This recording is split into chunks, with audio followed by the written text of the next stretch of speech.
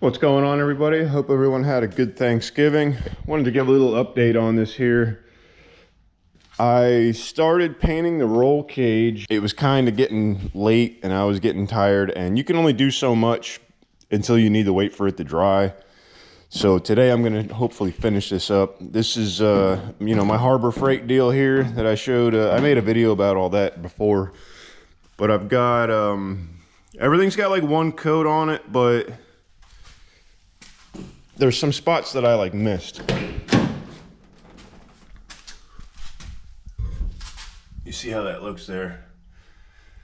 So I'm gonna get back in here. I'm gonna get all these spots that I couldn't get before. And oh yeah, you see I missed all that over there. Okay, so I'm gonna finish all that up, get all the color on this, and I wanna have it in clear coat. And the purpose of all this is once the cage is finished and painted and everything, I'm gonna give it about a week or so. I'm gonna wrap all this in, tin foil. And then after the tin foil's on, you can paint the rest of it and it won't interfere with the cage. I'm gonna do the rest of it in white, and then I can take all the tin foil off and it'll be fine. So it'll look all right. So I that's like my next step, is to get this thing done the interior wise. I can get all the stuff that I have, the seats, dash, all that, put that in here and move on with this. On another note, I found a company that sells, they're like the hooker headers that my customer has, but they're a no-name brand basically for like half the price. So I got them supposedly coming today. Once they get here, I'll turn the camera back on. We'll see how and if they fit, and we'll take it from there. So hopefully they work. Because it's one of those things I've already spent the money on. If it doesn't work, now I have to spend even more, which I would have been better off just buying the hooker headers to begin with. So it's one of them deals. But anyway, I would turn the camera on and let you guys watch me paint. Which I've done that in the past. I painted the hood for this truck, but I had the camera like downwind or upwind. So when I painted, I didn't really have to worry about the dust of the paint like getting on the camera. Plus my other camera that I recorded it with, I kind of didn't care about it. I just got this camera. This is the 4K camera, and I don't want to screw it up. So I'm just gonna, I want to paint the cage, get it done, and then I'll show you guys what it looks like afterwards, which I know some of you guys want to see me actually do the work, which is cool, but I don't want to ruin the camera. So I'm going to turn all my fans on. And part of the issue is if I record with my other camera and then go back to this one, in the video editing process, it reduces the entire video footage from 4K down to 1080p, and I don't really want to do that. So the only other way I can do that is to like actually record me doing this in 1080p and upload that as a separate video. So I don't know. We'll see what happens. But let me get some work done this morning, and I'll share my process with you once I'm done here. So stick around. I'm getting there. It's taken a lot of paint, a lot of coats to actually cover this. I put on the self-etching primer first, and I kind of screwed up. I should have like painted the cage white and then the yellow, because the yellow is not covering well, at least to my liking. And it's taken a lot of coats. Like you could still, let me get this light around here. You can still see the printing on the pipe. And I've coated that, it's like 8 coats. It just won't go away.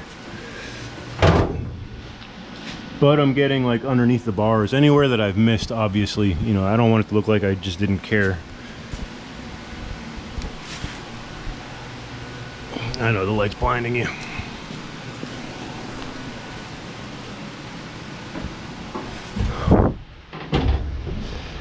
And back here, of course, the light's not in the right spot, but I got all of this where there's no like dead spots, where you can see the primer through.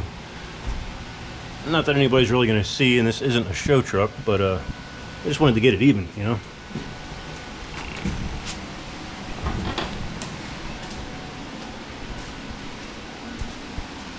think the hardest part is going to, you know, I'm trying to get the paint up around here. I can't really get the gun in there.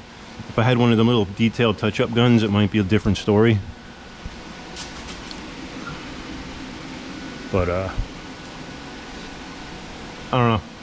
There's gonna be padding around this anyway, I think. This has to have padding. I think this has to have padding. And I don't know about this one if it has to have padding or not, but it's probably gonna get covered up anyway.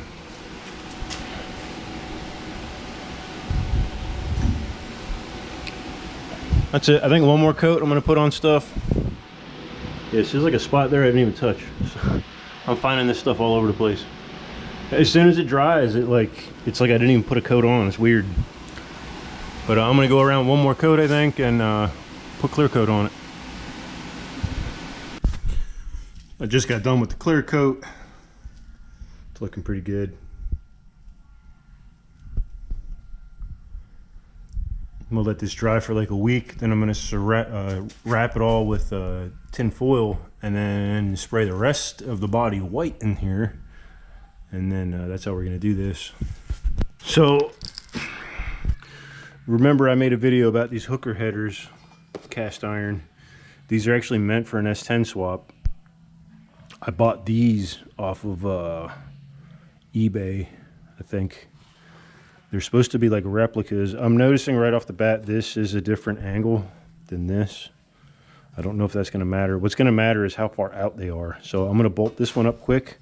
I did take the steering column out, so I have to put the steering column back.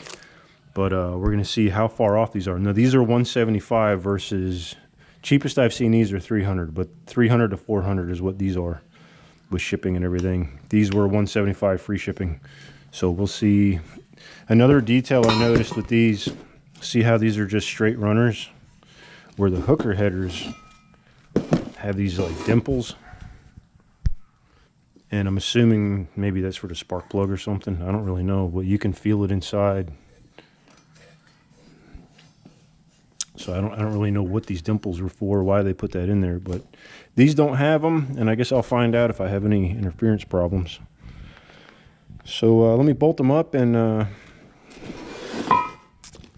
here's some differences too. You see how these are flat down here on the bottoms? These are round all the way. So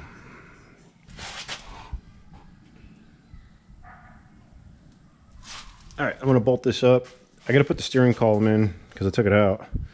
But I'm gonna bolt that up with the steering column in and see if it interferes with anything. See if my problem is remedied and I can move on with this. But you know, we're getting there. We're making progress. All right, I got the steering column back in place. This almost wants to line up. It's hitting right here. And I'm thinking a lot of the guys are talking about using a Jeep shaft, which is thinner in diameter, which might solve my problem here. If not, for how little it's off, I can modify these engine mounts to shift it over a little bit, which is I think is what a lot of guys are doing to begin with anyway. I can't really find a lot of information on how guys are getting around this other than using them hooker headers.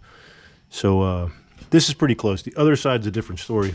So on this side, so this is above the hole here, but you can see that wants to go right into the upper control arm.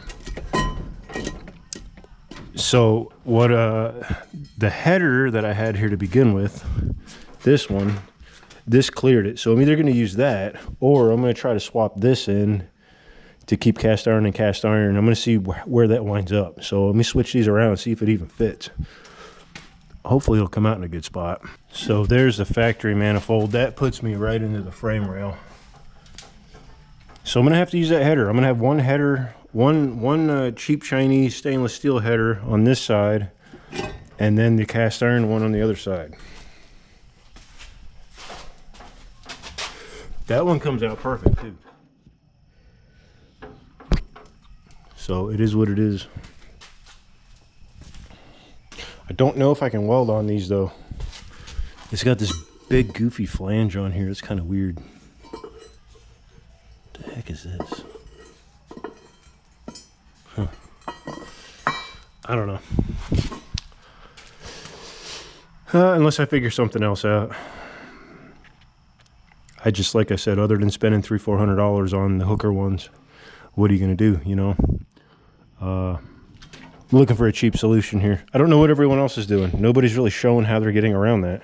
All right, hopefully everybody can see what's going on here. I really want to run these headers.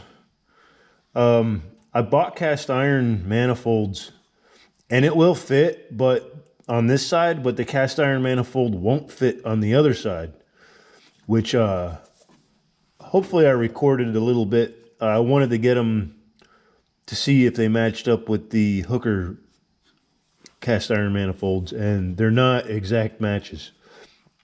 So what my thought process is to cut this away to bring this shaft over, and I might be able to clear this one tube. I'll dent it in a little bit if I have to.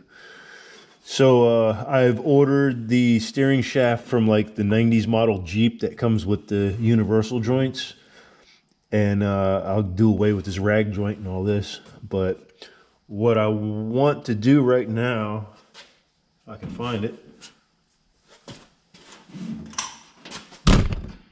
Great, kick camera. This is a knockout punch for like electricians to bring conduit in. I'm going to use this on the firewall and nibble this little bit out. So hopefully that won't get me in any trouble. We're about to find out.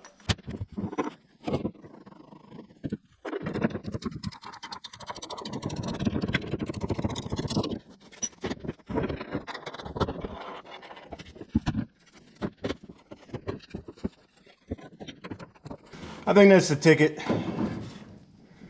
I'll wait till I get that other steering shaft. I might have to hammer this one tube in a little bit, but I think this is the route that I'm going with this.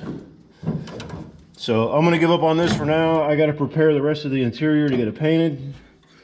And then once the interior's painted, I can actually start putting some electronics in this thing. So I realized this video just ends. So that's it for this one. I tried a couple different exhausts, and I found out all I had to do was move the steering shaft. If I would have known that, I wouldn't have wasted my time and money on the cast iron headers. But at least I found out. So anyway, stay tuned for the next one.